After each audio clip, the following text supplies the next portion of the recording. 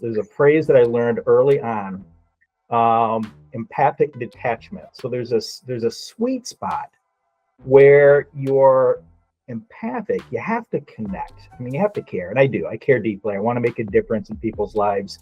I am eternally curious. I want to know what's going on with people. I want to understand. I believe in the innate goodness of people. And even as people make very poor or self-destructive decisions, somewhere in there, you can peel out and find they were trying to do something good, get something that is a sort of a universal human good, but they did it in a way that was not good. So that's that empathic side. And then on the professional detachment side, you can't wear it on your sleeve. I mean, you can't carry everything all the time. You can't take it home with you. So in the middle there's a spot where you're empathic, you're authentic, you're real, you're connected.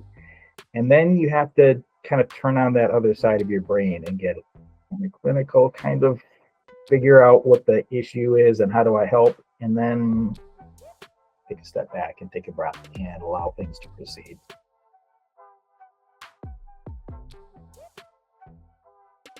I love bringing self in, but also it's got to be purposeful.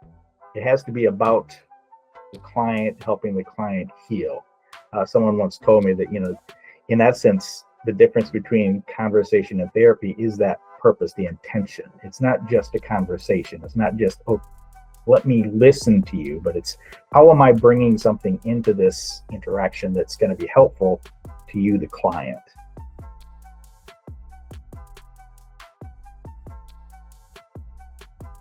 Again, I want to get at what's underneath that. I used to do some trainings around men and emotional range, and I used to joke that it's only half a joke. Men have basically 4 cardinal emotions, kind of like cardinal directions: north, south, east, west. You have mad, sad, glad, and scared. And that's about the range of the average guy: mad, sad, glad, scared. And sad and scared make them mad. So then you get glad, mad, and mad. So it's kind of a joke, but it's kind of not. So underneath that anger, there's going to be another emotion. There's other emotions that are less kind of palatable for a male to express. And so shame comes out as anger. Guilt comes out as anger. So you kind of get underneath what's that next level emotion under it, and then what prompted that? What's going on? So again, the curiosity is coming up. Tell me about the anger. Tell me what happened. What was going on? And depending on the client, we may go into the physical, the more somatic side of things. Like, where do you feel it? Sometimes that's about bringing that emotion out. Sometimes it's learning those triggers. With anger management, a lot of people think, oh, I go from 0 to 100. No, you don't.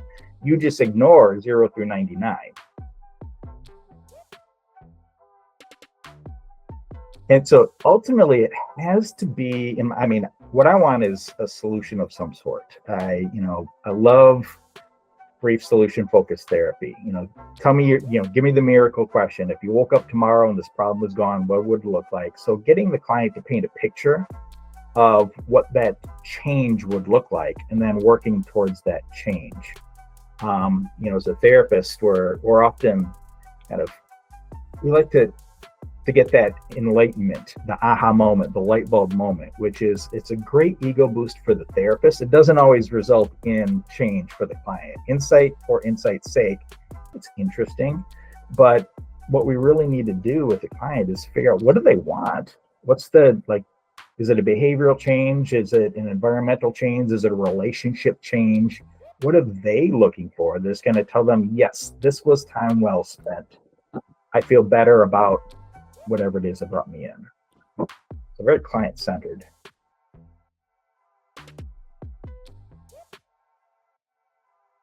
I've been around a lot of different modalities and a lot of training. So I've been trained obviously in cognitive. I've been trained in TF-CBT. I've been trained in EMDR, brief solution focus. I mentioned narrative therapy.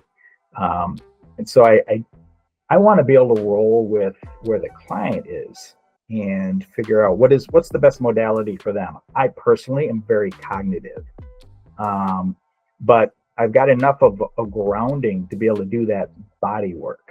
For someone that doesn't really want to do the top down, they want to do the bottom up. I've got, life experience in studying martial arts and mind body awareness and breath control and all that kind of stuff. So I can roll with that sort of thing. So I guess that, I don't know if that makes me necessarily unique, but these are resources that I can bring into the therapeutic relationship.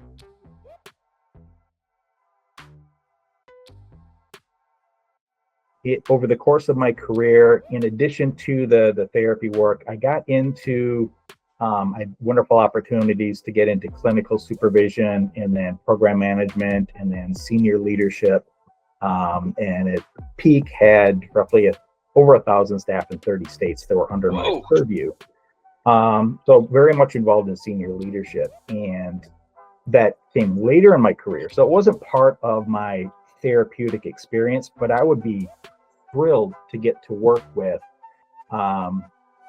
older clients that are in leadership positions, senior management positions, or even new to supervision and leadership that are dealing with the stress, the pressures, the weight of carrying that level of responsibility.